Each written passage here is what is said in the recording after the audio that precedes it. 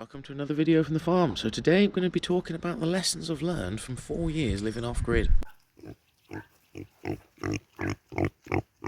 First couple of things, preparation and redundancies. They're the most important in my opinion. So first one, preparation. You've basically got to make sure you get everything you need laid out correctly from the start. Otherwise you're going to cause yourself a nightmare moving things multiple times. And that's electric cables like those and water pipes like this. Now you need to plan where you want your water pipe in and get that done relatively soon if you live in a colder climate. So yeah, an important one, preparing where you want your water to go and where you want your buildings to sit, etc, etc. Say a bit of preparation and a bit of planning like that because I've had to move things around a lot throughout the years so far already, and that's because we've been building a farm business which we've had to build temporary things for whilst we've been waiting for proper planning permissions, etc. So that sort of caused us to have to build temporary stuff in the way roughly of where we want to put proper things, and has delayed the whole process of getting the proper things in because we've needed to move things around multiple times, as I just mentioned. Because in an ideal world, this building behind me would have been the first thing up, rather than the second to last thing so far. And I guess I'll just talk about Stockpile a little as I'm right by the majority of the store. As you can see, plenty of spare tyres for the tractor. I've got cement, I've got water pipes, I've got spare totes, I've got spare wire, spare hoses. Like pallets, and things like pallets. You can't have enough pallets in my opinion. Also got lots of wood stores everywhere. We've got some charcoal that we've been cooking, and more than likely you're going to need a fuel supply. Stockpiled a decent amount. You're going to mostly want to be able to store enough through the whole of winter, I'd imagine. And this is one of the more essential aspects for us, is fuel, because we run out of fuel, we run out of power, water goes off, everything stops working. So yeah, as well as wood, would highly recommend storing at least half of your winter, if not your full winter's fuel that you're going to need, because yeah, sometimes the weather's too bad, the companies are too busy, and you won't be able to get a delivery, which has happened to me before and has caused me a major ball ache. Basically, we've had to go out with these jerry cans, run around to petrol stations paying full price for diesel, which was not ideal. Fuel, food, other building materials like wood, nails, screws, etc. All because when you're off grid, you're usually a good journey away from the things you're going to need. So we have a decent amount of bits, screws, etc. that we stockpile up, waiting to be used for various things. And I've got X amount of things stored dry food wise, the big bulk items that you use a lot of, that obviously you don't want to be going out for all the time. We've also got a good amount of tins of beans and tomatoes, etc. A lot of stuff stored so we don't have to go out apart from getting the odd bits and pieces really with all the veg we grow. And while we're on stockpiling, leads me on to spares. You're going to want to have multiple spares of things stockpiled too, because believe me, there will be an occasion where something's going to break, something's going to need fixing, and you've got to travel an hour or more, and you haven't got that time to do it. So yeah, have everything you need on hand. As you can see here, lots of plumbing components, lots of hose components. And I've even got to the stage now where I'm stockpiling really old tools, like second generation tools that I've got really cheap. I'm just keeping them as backups in case my good tools that I use all the time break down on me, then I can keep going. Now, water related, I would highly recommend spare pumps for your well system, your rainwater system, whatever you're using for your water supply. Have a spare pump, because at some point in time it will break and you don't want to be without water, do you? As yeah, that already happened to us when we had 2,500 chickens. The well went down and it was a bit of an emergency. Had to drive 2.5 hours to go and get another pump on the same day. And I guess the next thing then is planning your redundancies. As you saw over in that container, I've got a spare well pump in case that breaks, so we can always have water. But I also keep a spare generator on hand, as well as 2 or 3 gas heaters I've got here in case we run out of wood. Basically, you don't want to be in the middle of winter and run out of heating, water or power, do you? Let's face it, it's going to get cold, it's going to be very bleak, and you're not going to be enjoying yourself. And as most people know, in the winter time with the dark nights and stuff, it's very difficult to get things sorted. A lot of people don't work full hours during the winter, so if you have problems, it's more difficult to sort them in the winter also. So that's what I'm saying, redundancies. Then if it takes weeks or a month or 2 to sort, you're sorted, you're okay, you can keep carrying on. So we've got that little generator and this big generator because of a massive solar system, which leads me on to essential equipment you're going to need. No matter what your situation, you're going to need a generator more than likely for emergency power, backup power, that sort.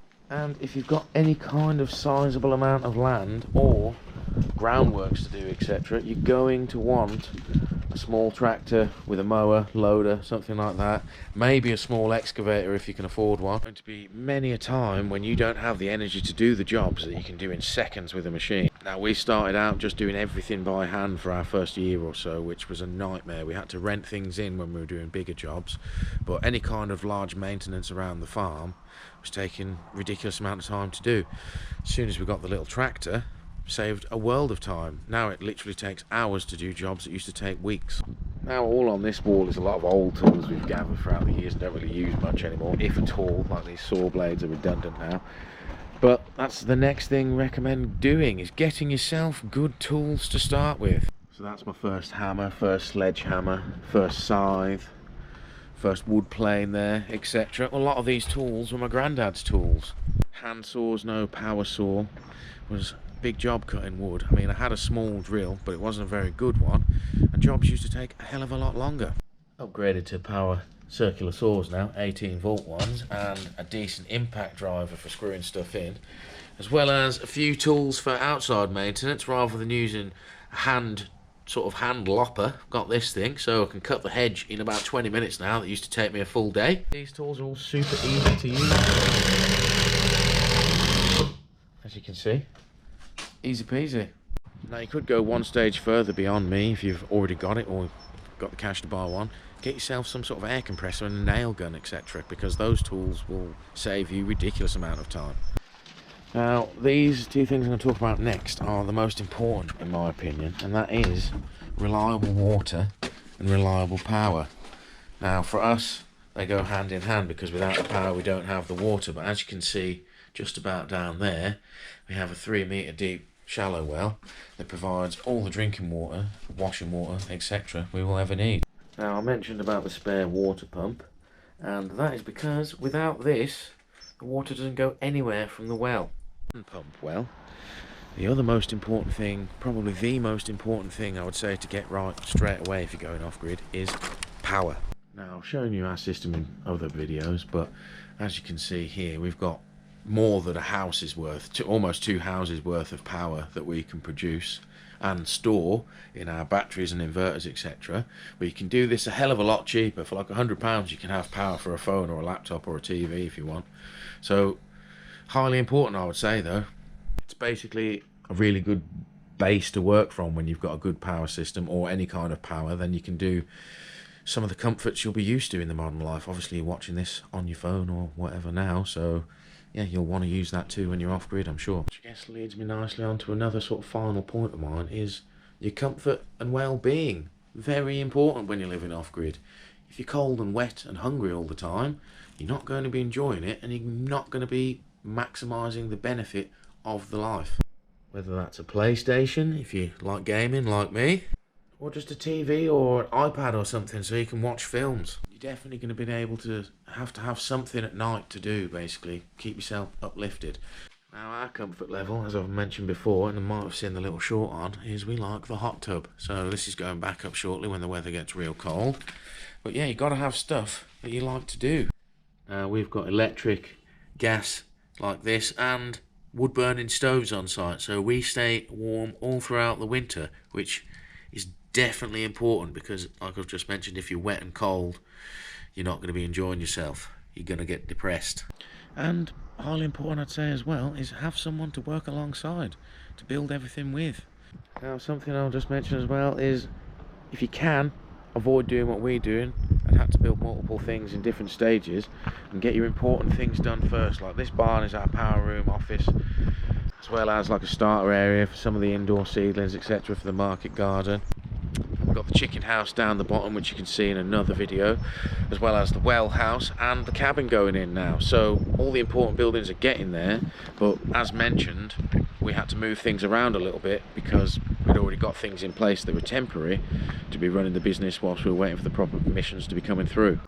Well, I hope this video's helped you sort of understand some of the problems you can come across and things to maybe avoid and things to maybe plan to do if you're going off-grid or if you already are off-grid. I hope this video can help you learn something from sort of my fails, so to speak.